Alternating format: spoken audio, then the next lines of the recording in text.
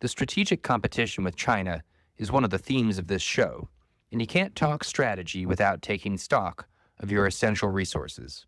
That's why today we're going to talk about semiconductors, computer chips, as we might have said once upon a time. It's more relevant to questions of war and warfighting than you might think, as my guest today, Ben Noon, will explain. The specific FDD paper we spend the episode addressing isn't out yet, but if you want a preview, you can check out Ben's recent prize-winning piece at China Talk, Winning the Next Phase of the Chip War. Let's get into it. It is a prescription for war, this Iraqi invasion of Kuwait. December 7th, 1941, a date which will live in infamy. The bloody experience of Vietnam is to end in a stalemate. We continue to face a grave situation in Iran. We shall fight on the beaches, we shall fight on the landing grounds, we shall fight in the fields and in the streets. We shall never surrender. For more, follow School of War on YouTube, Instagram, Substack, and Twitter. And feel free to follow me on Twitter at Aaron B. McLean. Hi, I'm Aaron McLean. Thanks for joining School of War. I'm delighted to be joined today by Ben Noon, who is with the Vandenberg Coalition. He's also the author of a new report called Completing Chips Containment that's come out through the Foundation for Defense of Democracies. And we're going to discuss semiconductors today and what they have to do with war and geopolitics. Ben, thank you so much for joining the show. Thanks for having me. So I guess, Ben, let me ask a really, really big picture question to launch us. This show is called School of War. We've done episodes on everything from Native American warfare up through, discussions of the defense budget. Computer chips, semiconductors, call them whatever you want, seems superficially like an odd topic to discuss on this show. But when you and I were chatting about this episode, it seemed sort of natural to both of us to do it. Why did it seem natural to you to come on to a show about strategy and military history to talk about semiconductors of all things? It's a great question, and thanks for asking it. I think that the way to think about this is to consider that semiconductors are effectively the foundation of our modern economy, and that any state that is or is not able to do well in the production or the secure purchase of advanced or legacy chips will be basically left behind in the modern economy. So from legacy chips that are required for everything from cars to planes, medical devices, you name it, including everything at DoD, if a country is unable to securely access those chips, they will basically be left behind in the national competition from here on out. That also includes advanced chips as well. If you consider the fact that OpenAI, all of their success thus far is predicated principally on the production of NVIDIA chips in Taiwan. These are these advanced chips that are only really one company can design and only one company can produce, TSMC in Taiwan. That, if you're trying to connect this to war, the idea is if you want to be able to have a warfighting capability, you must be able to have access to the chips that are the foundation of your entire economy. I know this is a very historically minded podcast, so one way to think about it is try to compare semiconductors to other inputs of economies of the past.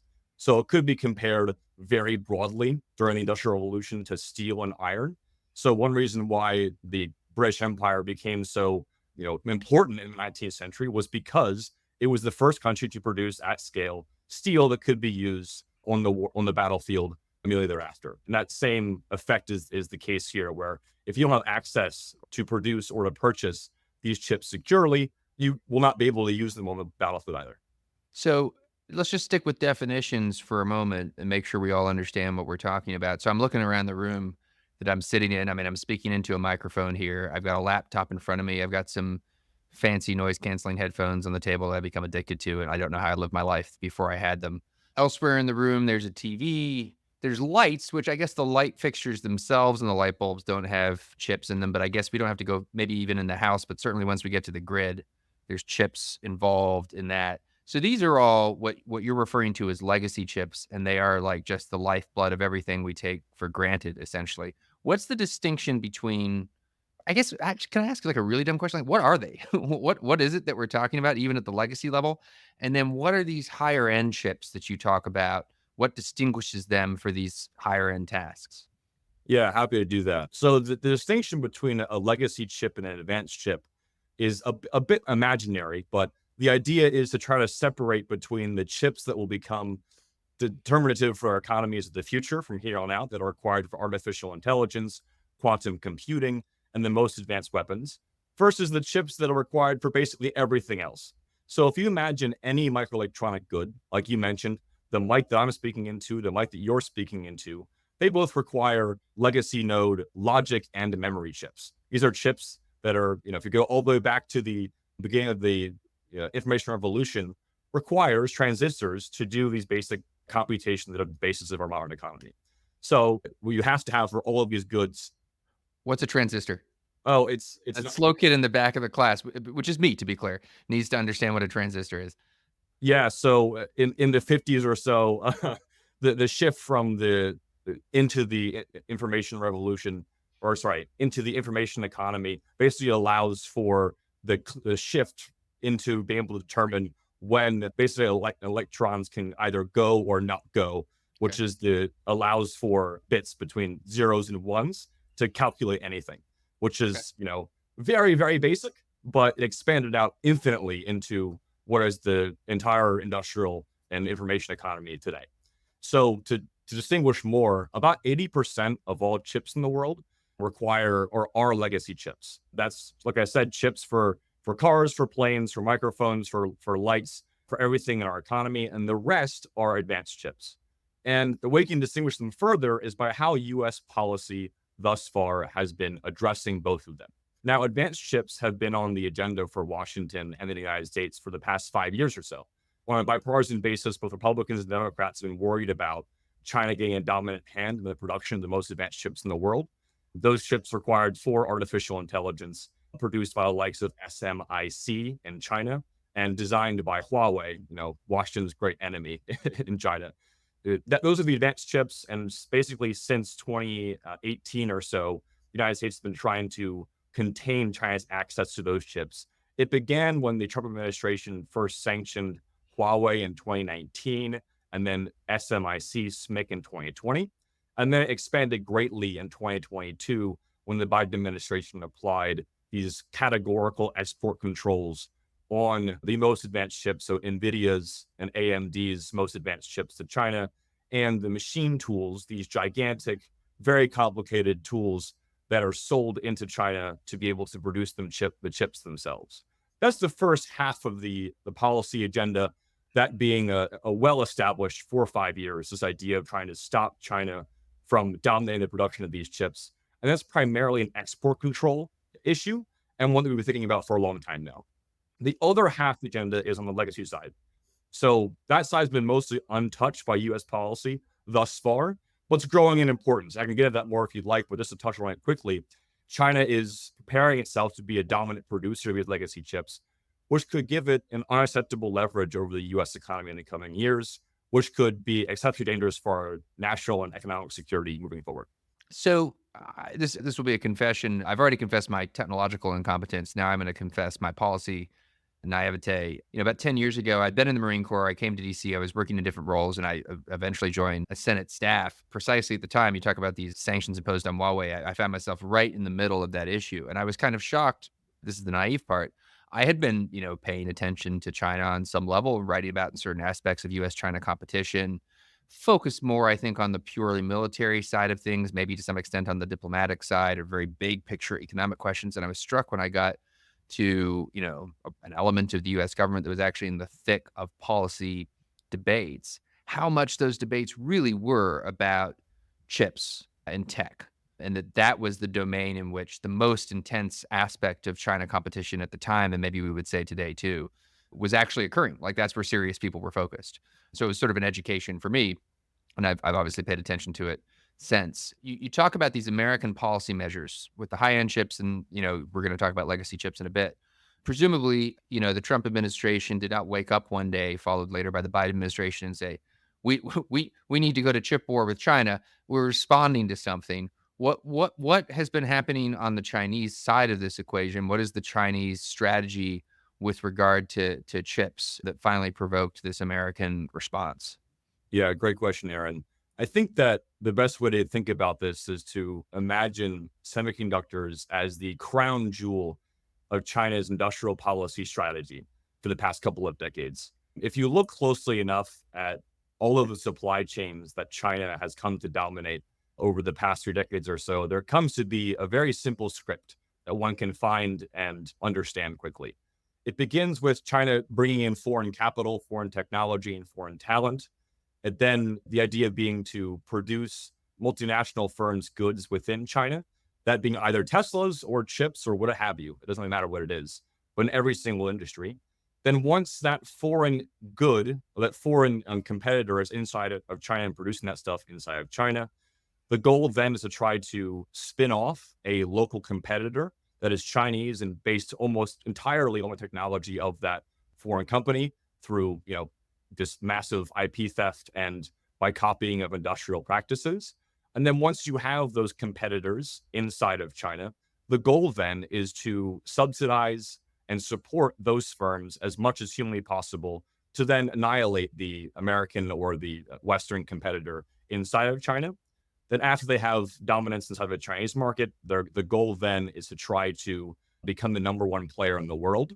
As Marxists, as those in the Communist Party are in Beijing, they understand the means of production, and their goals in industrial policy is for China to become the number one player in the production of goods across the techno-industrial sphere.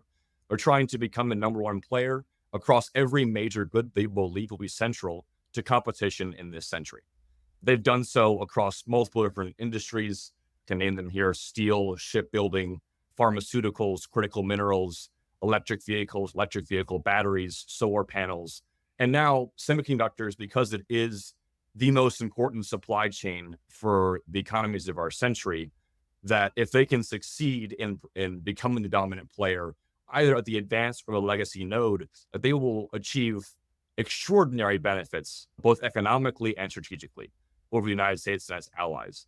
And I think what happened in both the Trump and Biden administrations, they watched this happening in live time and realized that this script is playing for the umpteenth time.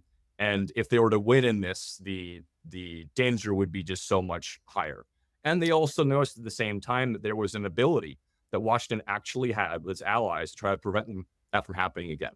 I don't know how much listeners are familiar, to what extent listeners are familiar with just the scope of Chinese industrial espionage and the strategic approach that China takes across these different business sectors. Strategic in the core sense, that is to say, in the sense of global domination and warfighting capacity, not strategic in the sense of business strategy. My favorite example, I may mangle the details here because I'm doing this from memory, but it doesn't actually involve chips, but a couple of Chinese nationals who were graduate students in Arkansas, may have been the University of Arkansas, I can't remember exactly, arrested at the airport, I think at Memphis, with experimental rice that they were smuggling out of the country, which, it's like chuckle inducing when you first think about it, like these guys are stealing the rice. But actually, when you think about rice production, food supply, and, how if you can get like a fraction of a percent advantage in terms of resistance to this or that challenge, like, water availability, whatever, that's a pretty significant deal. It's a lot of money and potentially has, survival significance all its own. You can see why they're up to it. So they're literally stealing the rice. And when it comes to semiconductors, as you put it, the challenge is acute. Can I ask you, it's almost a philosophical question, so, feel free to tell me this is unfair, but I'm curious to know your answer. You sort of ended your remarks with, the danger will really be acute if China were to achieve its goals in the semiconductor space in particular. I mean, why? Why do we really care that much? Our economy is still going to be pretty big. We've got nuclear weapons. No, there's the Red Dawn scenario is not realistically going to play out, where we're going to wake up to find, Chinese troops parachuting into bucolic American high school athletic complexes. So China runs the table on a bunch of different markets. Why do we really care? What's the big deal? It's a great question. I'm really glad you asked it. I think there's two reasons to think that it would be very important if China were to become the dominant player in production of chips, either in legacy or in advanced. Let's just start in legacy chips. So if legacy chips are the basis of the modern economy, as I've been saying repeatedly, and China will become the dominant producer of those chips, as they might do in the next coming years. So right now, China produces about 30% of all legacy chips, And they're slated in the coming decade to increase that dramatically, maybe to 50% or so, we could say. If that were to happen, they would get a stranglehold over our economy and have basically a hand on our economic neck that would make it impossible for us to act independently of Beijing. What that would effectively mean is twofold, two things. One is it would encourage, first of all, it would enable and then encourage China's economic coercion on the United States on a much, much broader scale. So until now, Washington has observed one by one its allies be bullied by Beijing, whether it's Japan over rare earth minerals or it's Australia because they asked for an investigation into the origins of COVID. Beijing blockaded all Australian goods, or Lithuania when they opened up what's called a Taiwan representative office. The same thing happened. Or when South Korea accepted American defensive systems and THAAD, they had their tourism sector destroyed by the Chinese or attacked by the Chinese. These are all instances of behavior that actually hasn't really happened to Washington yet, because China knows that because they don't have enough leverage over our economy to try to so blatantly and brazenly coerce the United States. I think that if China were to grab another critical supply chain in legacy chips, that calculus might change. They already produce all of the inputs required for pharmaceuticals. They already produce all of the solar panels that we install. They already produce all of the critical minerals that are required across our economy. If they were to add another massive piece in their industrial policy strategy, that could change their calculus very simply, in a very big way. And I think that we couldn't imagine it today, but the way that Beijing would treat us might change very fundamentally if that were to change. That's one. And then two, to make it even worse, I think that it would actually increase China's odds of attacking Taiwan by a significant degree. You remember in 2022, one reason among many that Vladimir Putin decided to invade Ukraine was he believed that because Germany and France and the rest of Western Europe relied so much on Russian oil and gas that they wouldn't dare do anything to stop him in his invasion of Ukraine. That logic didn't actually play out for Putin to the extent that he actually expected it to, but Xi Jinping might believe that too. And he has much more leverage over our economy than Putin ever had over Germany or the rest of Western Europe. So I think it's a, philosophically, I think it is a really big deal. Yeah, thanks. That's really well put. You mentioned the Chinese going after the South Korean tourism industry. I was actually there for a few days in the midst of that particular episode. And I don't mean to downplay it. I mean, China obviously is a huge source of tourism revenue for South Korea. So when they cut it off, that really hurts people. It's a lot of money. It hurts a pretty significant sector of the South Korean economy. That said, it was very amusing to be there at the time because Chinese tourists throughout East Asia kind of have the reputation that the quote unquote ugly American tends to have abroad. You picture sort of us Americans with our, American flag tank tops and our cameras shouting loudly, around the Eiffel Tower. Like that's the vision that other Asians have of busloads of Chinese tourists. So it was very funny at the time because as much genuine pain as was being caused, the sort of average Korean on the street found the humor in it and would say things to the effect of, "Oh no, no more Chinese tourists. God help us, please. What will you do next? Ban them forever?" It was amazing. So, okay, so let's come back to American policy then. As you point out, there have been several rounds of policy measures introduced, whether involving the Congress or the executive, designed to go after China's ability to dominate the market in high-end chips that would allow you to, work in AI. I'm going to make this out of quantum, all this sort of very cutting-edge stuff that involves very complicated data problems. You can tell from the direction that sentence is going that I need to cut it off because at a certain point, my understanding cuts off. But you, in this report, in some ways, this is what's novel about it. You want to draw our attention to the stuff that makes the microphone work and the dishwasher work, the legacy stuff.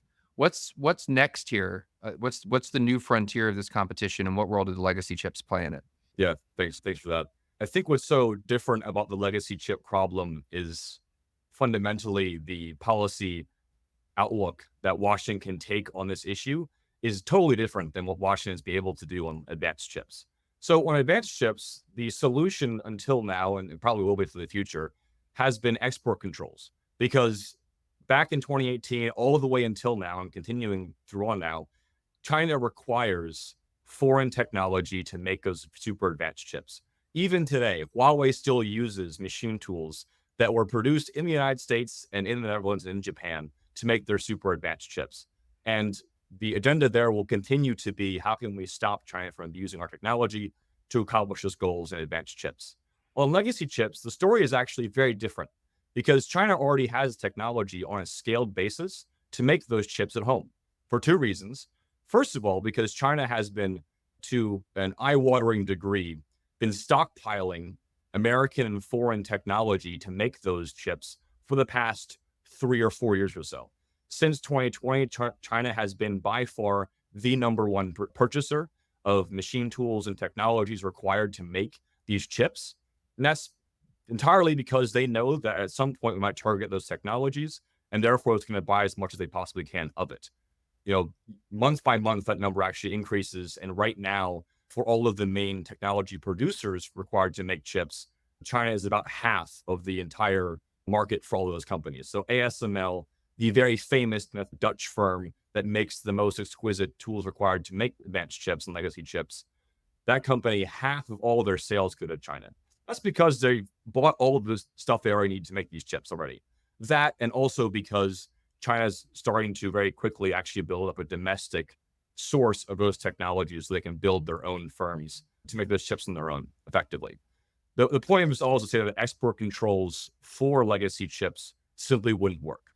Okay, if that doesn't work, what happens then? Where do we go from there? The next place that people might naturally want to go to would be subsidies, right? So we had a CHIPS Act in 2022 that subsidized the production of American chips at home. That would be advanced chips primarily. Why not make another CHIPS Act that would just do the exact same thing, subsidizing legacy chips as well?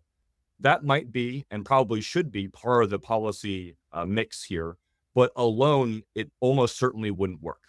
That's because, like I said before, China's industrial policy strategy, in essence, it is mercantilist. And the idea and the design for it would be to try to annihilate all of the American benefits on price of producing chips at home. The best example here we can turn to would be actually in the solar sector. So back a couple of years ago, the Biden administration passed the Inflation Reduction Act, which was designed to basically supercharge the green energy revolution at home. A key pillar of that was for solar panels, meaning that to try to purchase as many panels as possible and install them, and also to build them at home as well. At the beginning of that time, in around 2022 or so, there was an opportunity for the administration to actually tariff Chinese solar panels that were being funneled through Southeast Asian countries. The administration declined, voluntarily said we don't want to apply those tariffs because we want to accelerate the purchase of those panels first, and then we'll also incentivize producing them at home as well. 2 years down the road, just a month or two ago, the administration decided to actually apply that tariff because they realized that the prices of these Chinese solar panels were so low that there was no actual incentive or an effective incentive for producers, even subsidized, to make solar panels at home. And now we're 2 years in, and the US production of solar panels is way behind what it was supposed to be.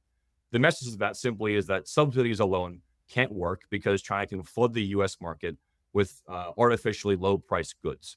And the solution then brings us all the way to here of something that has been anathema in Washington for a long time, but the solution simply is trade policy and market protectionism. The logic effectively is that only if you block goods containing Chinese-made legacy chips in the US market, only then will there be an incentive, a proper incentive, for producers to make chips outside of China. That's the idea there. That is the logic. It's a little bit complicated. I can get into it if you'd like, but the idea effectively is to apply either tariffs or reject outright Chinese chips from our market. No, let's get into it because I think it's something we all need to wrap our minds around, which is that the dream. I think frankly, at a headline level, I think people have. It's just what does it mean? But that the dream of a liberalized, level international economic playing field, the sort of free trade dream, appealing as it is, simply cannot function with China as a member because of all the reasons you've just outlined for the last 25 minutes. That China takes those rules and cheats, not to make a buck necessarily, not as their primary goal. They're commies after all, but for geopolitical dominance. And by the way, they are making plenty of bucks, depending on how you want to count it. So no, please, let's talk about what a trade agenda that tackles this particular issue would look like in more detail. And I guess, I mean, just to state the obvious, like the issue is if there was economic coercion that cut off legacy chips to the United States, I mean, that is a catastrophic weapon that could be employed, right? I mean, at core, that's the stakes. That's right. Yeah. So I think that the agenda here, as I said a second ago, would be to try to deny entirely goods that contain Chinese made chips. Now, it's not actually as That's a simple lot as of stuff, right, Ben? I mean, that's a lot of that's a stuff. lot. It's I haven't done an inventory of this room.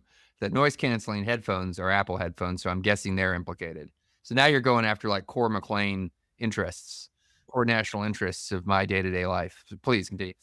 That's right. Yeah. So to break it down very simply, when people tend to imagine a trade war or trade measures, the first thing you imagine is you just apply a tariff, say, on a Chinese car. Say that a Chinese car may not enter the U.S. market, or if they do, they have to pay a 100% tariff, or it'll be double the cost effectively. That approach, unfortunately, wouldn't work in this circumstance because of the way that chips are imported in the U.S. market. So there actually already is a direct tariff on Chinese-made legacy chips. Currently, the Trump administration first applied those in 2018. It was a 25% tariff.